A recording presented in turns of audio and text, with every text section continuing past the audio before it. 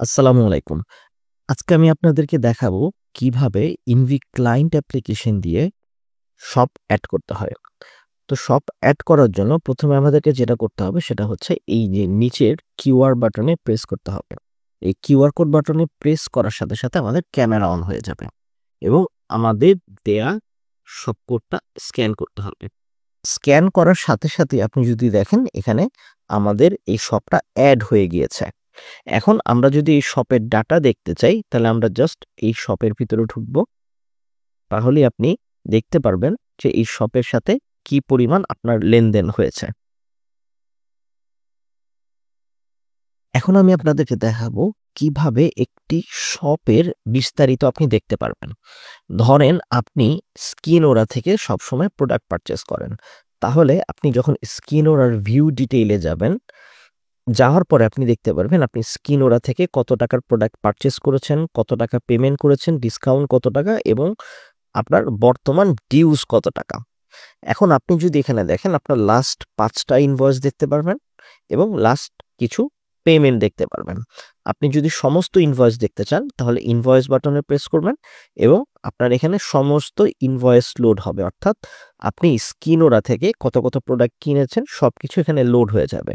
আপনি যদি সার্চ করতে চান তাহলে সার্চ বাটনে প্রেস করবেন এবং এখান থেকে আপনি ডেট দিয়ে ফিল্টার করতে পারবেন। ধরেন আপনি নভেম্বরের ১ তারিখ থেকে এই নভেম্বরের ২৬ তারিখ পর্যন্ত কি কি প্রোডাক্ট কিনেছেন দিয়ে সার্চ করলে আপনার সবকিছু এখানে চলে আসবে। এবার আমি আসি আপনি প্রোডাক্টের জায়গায়, অর্থাৎ আপনি স্কিনোরা থেকে এখন পর্যন্ত কি কি প্রোডাক্ট কিনেছেন। এখানে যদি আপনি ক্লিক করেন এই প্রোডাক্ট মেনুতে, তাহলে আপনি এখানে সকল প্রোডাক্ট চলে আসবে, অর্থাৎ আপনি স্কিনোরা থেকে কবে কি প্রোডাক্ট কিনেছেন। এখানেও আপনি সার্চ করতে পারবেন ফ্রম ডেট এবং টু ডেট দিয়ে, অর্থাৎ ১ মাস বা ১ সপ্তাহে আপনি কত কত প্রোডাক্ট কিনেছেন। আপনি ইনভয়েস নাম্বার দিয়ে সার্চ করতে পারবেন অথবা প্রোডাক্ট দিয়ে সার্চ করতে পারবেন। এছাড়াও আপনি যদি পেমেন্টে ক্লিক করেন আপনি দেখতে পারবেন আপনি কবে কবে স্কিনোরাকে পেমেন্ট করেছেন। এছাড়া যদি আপনি রিটার্নে ক্লিক করেন তাহলে আপনি দেখতে পারবেন স্কিনোরাতে আপনি কবে কোন প্রোডাক্ট রিটার্ন করেছেন।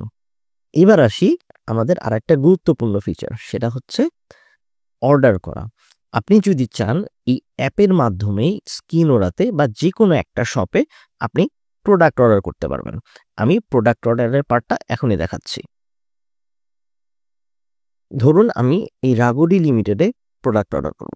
আমি ঢুকলাম, ঢোকার পরে আমি যখন এই যে কার্ট বাটনে প্রেস করব, এই কার্ট বাটনে প্রেস করার সাথে সাথে আপনি দেখবেন এই শপের সকল প্রোডাক্ট এবং স্টক সবকিছু অ্যাড হয়ে গিয়েছে।